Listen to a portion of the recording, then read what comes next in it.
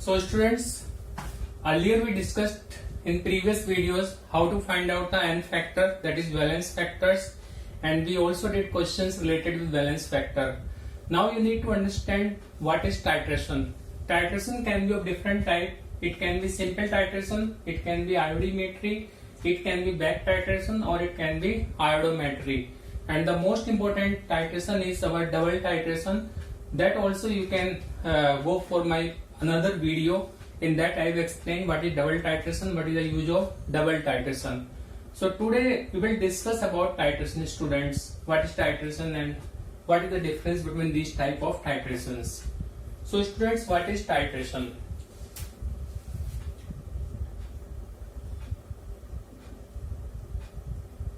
All of you did this experiment in your school, class 11th as well as class 12th. Class 12th we have board practical related with titration. So what we are doing in titration, we have two solution.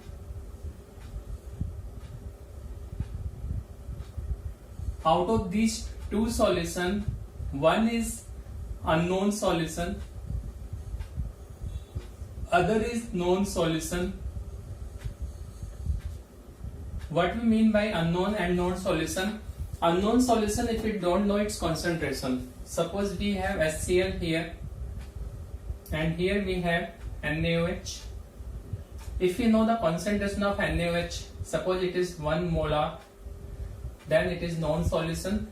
If we don't know the concentration of this, then it will be unknown solution. Now students, what is titration?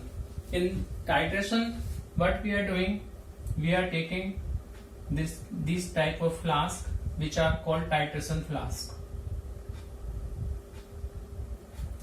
In these flask we will take one solution. Suppose I have taken HCl here, and this HCl volume I am taking 20 ml. Now this NaOH solution I will take in the burette.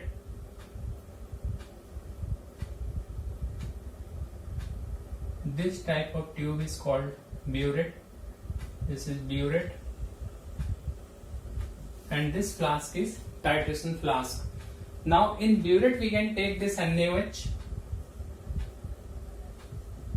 Now this NaOH will neutralize the HCl, but before this you have to be careful that before putting NaOH you need to put some indicator here. What is indicator? Indicator indicates the completion of reaction. It means indicate the end point. So if you put indicator here, we'll take the example of phenolphthalein. This indicator is, if it is basic medium, then this indicator is of pink color, and if it is acidic medium, then this indicator is colorless. So what we are doing, students, here in this flask I have taken 20 ml of HCl. I will put 1 or 2 drop of phenolphthalein indicator, then HCl acidic medium. This solution will be colorless. Now we will start adding NaOH from the burette. Now we know what was the initial reading, what was the final reading. It means volume of NaOH we can find out. Suppose this volume of NaOH used is 20 ml. How we can find out whether it is 20 ml or not? When complete neutralization takes place, at that time the color of this solution will change from colorless to pink. It means now there is completion of reaction. When acid is completely neutralized by alkali, the solution will be neutral. Now even if you put 1 drop of NaOH from the burette, then this complete solution will be of pink color. So that is called end point. It means end point will be appearance of pink color from colorless. So NaOH we know, molarity we have taken 1 m, volume used is 20 ml. So we can find out the concentration of HCl. How much HCl we have taken, students, here? Volume of HCl we have taken 20 ml. This we will make to 10 ml, otherwise both are 20. Volume of HCl is 10 ml. Now we can use the equivalent concept. What is equivalent concept? Equivalent of HCl will be equal to the equivalent of NaOH.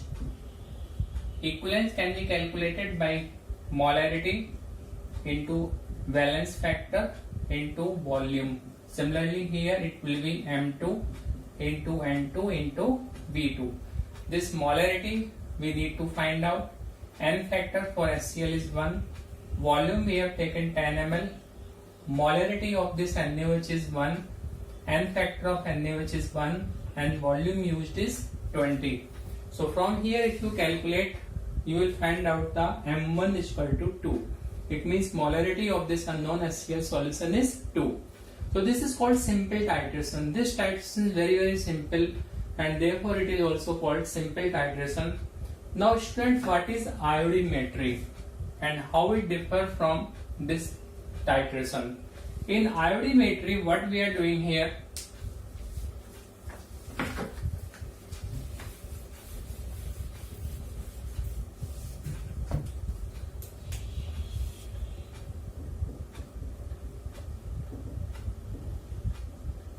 in iodometry, we are reacting iodine with sodium thiosulfate Na2H2O3, and if we react this, then we'll get 2NaI plus Na2S4O6. It means it's simply redox titration. In one flask we have to take iodine, and in burette we can take sodium thiosulfate. Then iodine, here oxidation state is 0, here it is -1, and sulfur if you calculate here it will be +2 plus 2x minus 6 is equal to 0, 2x will be 4, x will be +2, and in this case it will be +2 plus 4x minus 12 is equal to 0, so 4x will be 10, so x will be 2.5. It means sulfur is getting oxidized from 2 to 2.5. So valence factor for this sulfur will be, we have 2 sulfur atoms, so valence factor will be here 1. In case of iodine, iodine is getting reduced from 0 to -1, so we have 2 iodine, so valence factor will be 2. In this titration, iodine is self-indicator. We can put starch also in the flask, then with the starch it will give the blue color, and when completely this iodine convert into NaI, it means there is no iodine. Now there will be no blue color. It means disappearance of blue color is the end point here. So what is the difference in our this normal titration and iodimetry titration?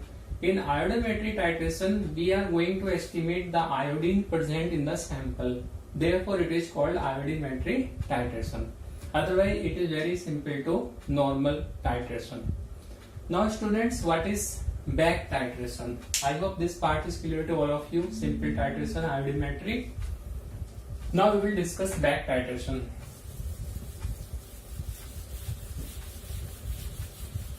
Before back titration, we can solve one question also.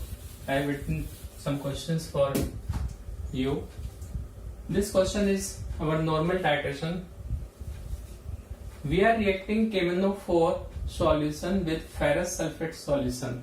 It means we have, in this question number 1, we have KMnO4. Second, we have students FeSO4.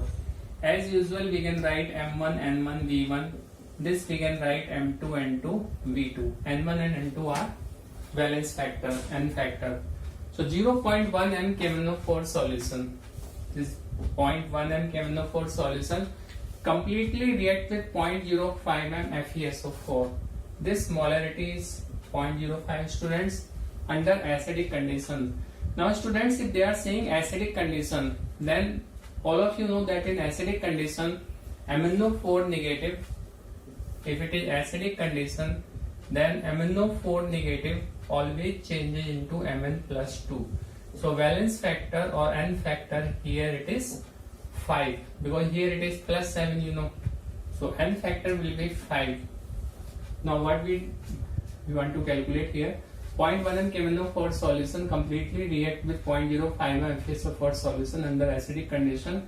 Volume of FeSO4 used is 25. Now in FeSO4 students, iron is present in +2 state and upon oxidation it gets converted into ferric sulfate. Here iron is in +3. So valence factor will be 1. Volume of FeSO4 is 25. So this is 0.1, then this is 5, and this volume of KMnO4 we need to calculate.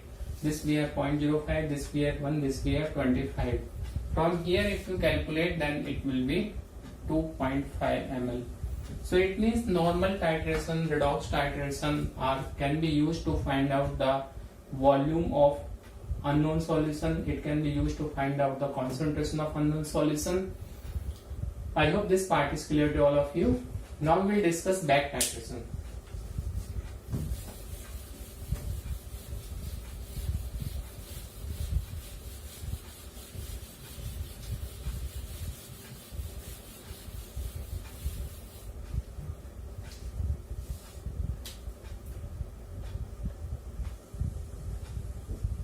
Back titration. What is back titration and why it is called back titration? This we need to understand. This we will discuss with the help of this question. This question is related with simple titration. This question is our back titration. So 1 gram sample of washing soda was dissolved in 50 ml of 1m HCl. What we are doing, students, here? We are taking this flask. In this flask we have taken 1 gram of washing soda, 50 ml of 1m HCl. HCl we are putting here 1 gram washing soda plus we have HCl.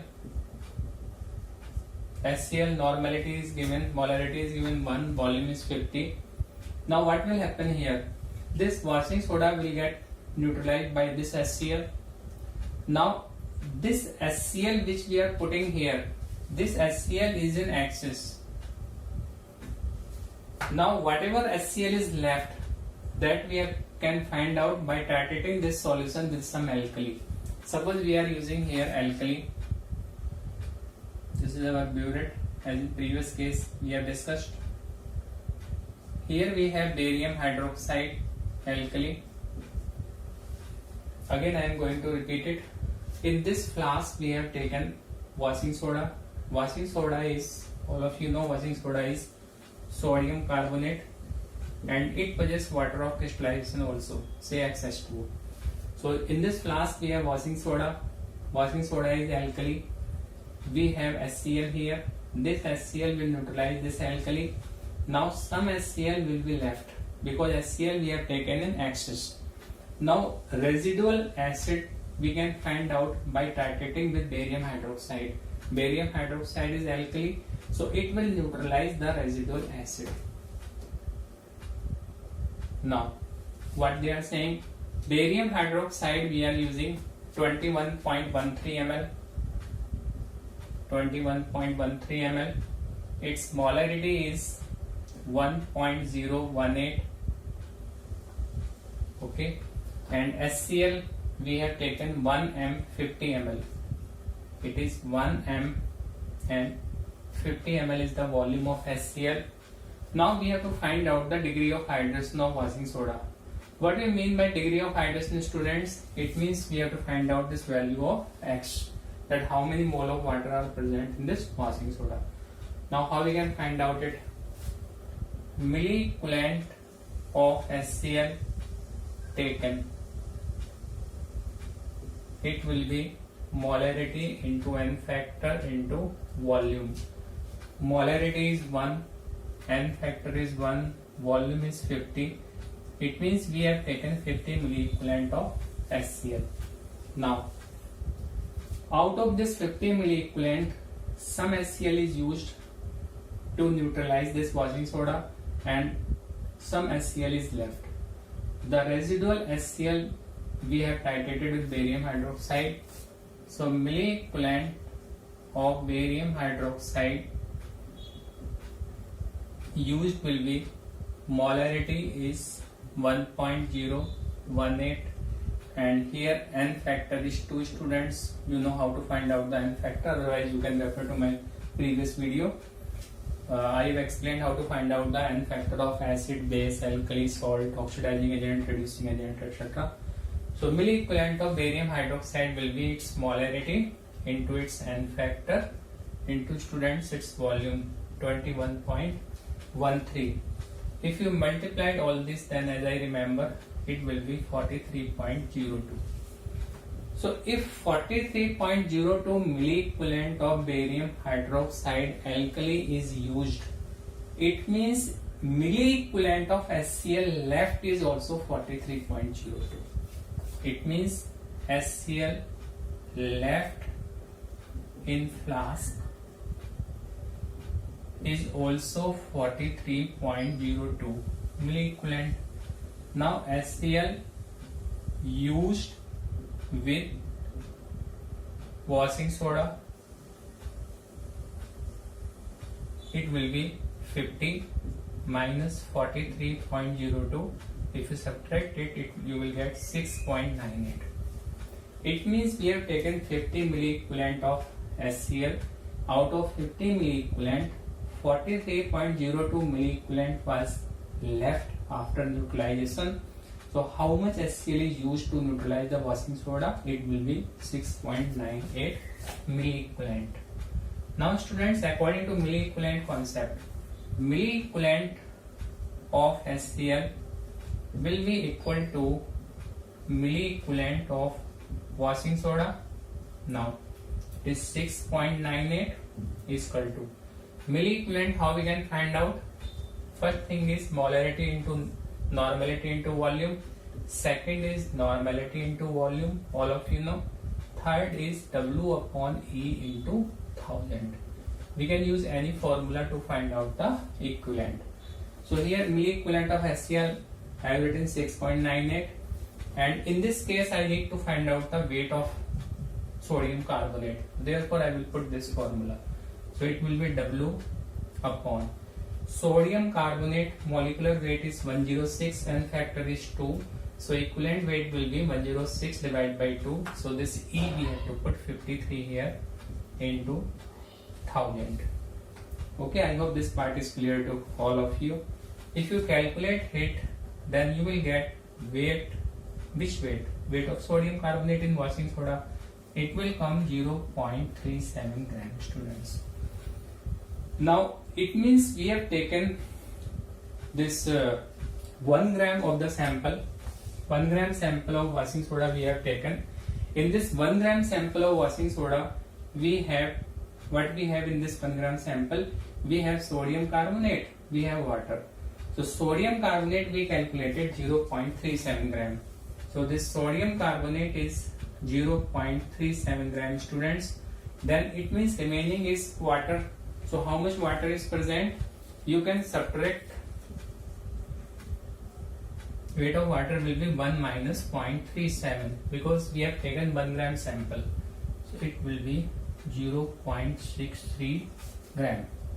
So it means water is 0.63 gram, sodium carbonate is 0.37 gram. Now students, we can find out the its degree of hydration. 0.37 gram of sodium carbonate, 0.37 gram sodium carbonate contains 0.63 gram of water. So 1 gram will contain how much? And sodium carbonate molar mass is 106. 106 grams sodium carbonate will contain 106 into 0.63 upon this will be 0.37. If you solve this, you will get 180 gram of water. So students, if water is 180 gram, then moles of water you can find out from here. Mole of water will be, students, weight of water upon mass of water, it will be 10. It means degree of hydration of washing soda is 10. So we can write the formula Na2CO3 dot 10H2O. Now students, why this titration is called back titration? In simple titration, what we are doing? We are taking one solution in the flask, other solution we are taking the burette, and directly we can find out the concentration of unknown solution. But here what we did? We have taken alkali here, then put excess of HCl. Now residual acid we are titrating with alkali. Now with this milliequivalent of alkali, we can find out how much HCl was left. And if we know how much HCl was left, then we can find out how much HCl is used with washing soda. It means we are working backwards. Whatever we did at the end, we are using that thing to solve the question. Therefore, it is called back titration. Back titration means whatever you are doing in the last, that thing you are using. It means we are going backward. So therefore, this titration is called back titration. And students, back titration, another example is iodometry. So what is iodometry and how it differs from normal titration? Iodometry is also back titration. I hope this part is clear to all of you.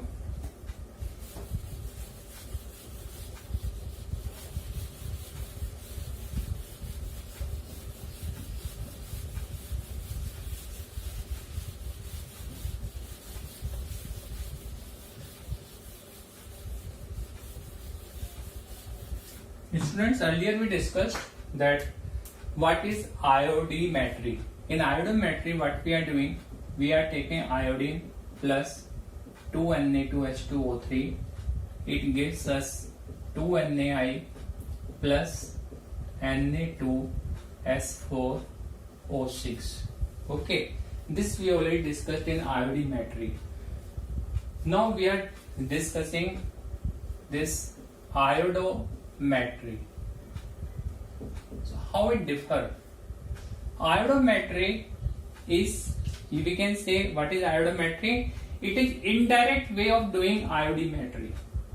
In iodometry, we are indirectly doing the iodimetry. What we mean by this? In this flask, we will take some oxidizing agent.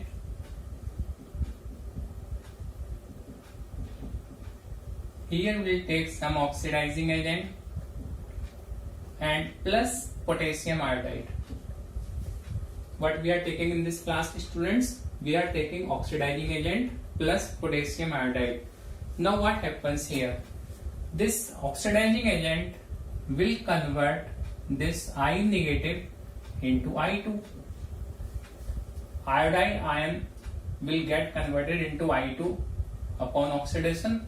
Now this iodine, we can find out how much iodine is released here by titrating with Na2H2O3. It means again we are doing this thing which we did in iodimetry. Therefore I told you that iodometry is indirect way of doing iodimetry.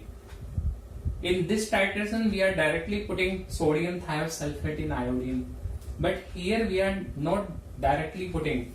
First we have taken some oxidizing agent and Ki. This oxidizing agent will convert this I negative into I2. Then this I2 will react with this. Now what we have taken in this burette? In this burette we have taken Na2H2O3. In this flask it was oxidizing agent plus Ki. It will give I2. This I2 will be titrated with this sodium thiosulfate as we did earlier. Now what is the concept here, students? Gram equivalent of Na2H2O3 used, we can find out from the burette. It will be equal to gram equivalent of iodine. It will be equal to gram equivalent of Ki, or it will be equal to gram equivalent of oxidizing agent. So if we know how many gram equivalent of Na2H2O3 used, then we can find out how many gram equivalent of iodine, Ki or oxidizing agent we have.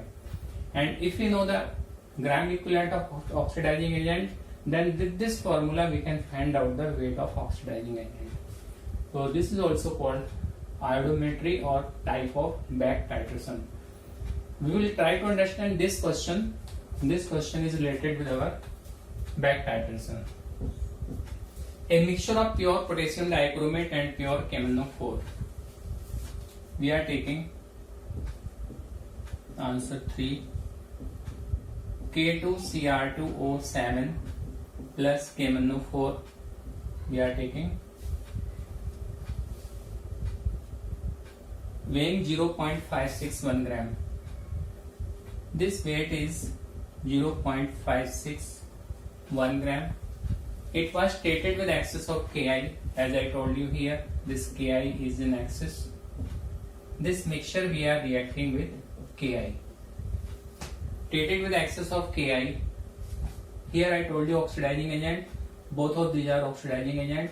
They will oxidize this I negative to I2.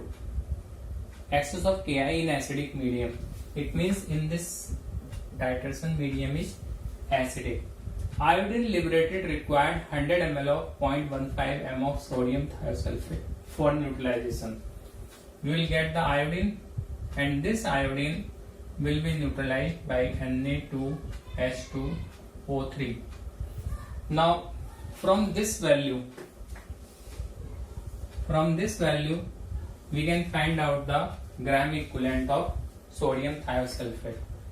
So gram equivalent of Na2H2O3, it will be molarity is 0.15. N factor I explained you here it is 2.5. So valence factor is 2, N factor is 2. 0.15 into 1 into volume. How much volume is used, students? It is 100 ml. So this we know the gram equivalent of sodium thiosulfate, and this gram equivalent will be equal to gram equivalent of Ki, will be equal to gram equivalent of I2, and it will be equal to gram equivalent of these two. So how we can find out the percentage of potassium dichromate and KMnO4 in the mixture? Gram equivalent of K2Cr2O7 plus KMnO4 will be equal to gram equivalent of this 0.15 into 1 into 100, students. Now K2Cr2O7 gram equivalent, how you can find out? You can use this formula. Before that we will do that. Suppose in this mixture potassium dichromate is present x gram, then this KMnO4 will be present 0.561 minus x gram. This is 0.561 minus x gram. Now we'll use this formula, W upon E into 1000. So W, weight of potassium dichromate I have taken next. Potassium dichromate molecular mass they have given 294, and in my previous video I explained you that valence factor of potassium dichromate is 6, because chromium is plus 6, it is converting in acidic medium into chromium plus 3. So for 1 chromium there will be 3 electrons, for 2 chromium it will be 6. So 294 you need to divide by 6 into 1000 plus KMnO4 equivalent. What is the weight of KMnO4, students?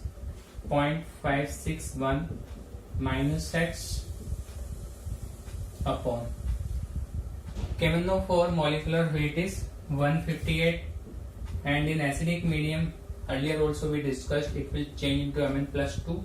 So N factor will be 5. You need to divide it by 5 into 1000. This will be 0.15 into 1 into 100. So from here if you solve this you can find out the value of x.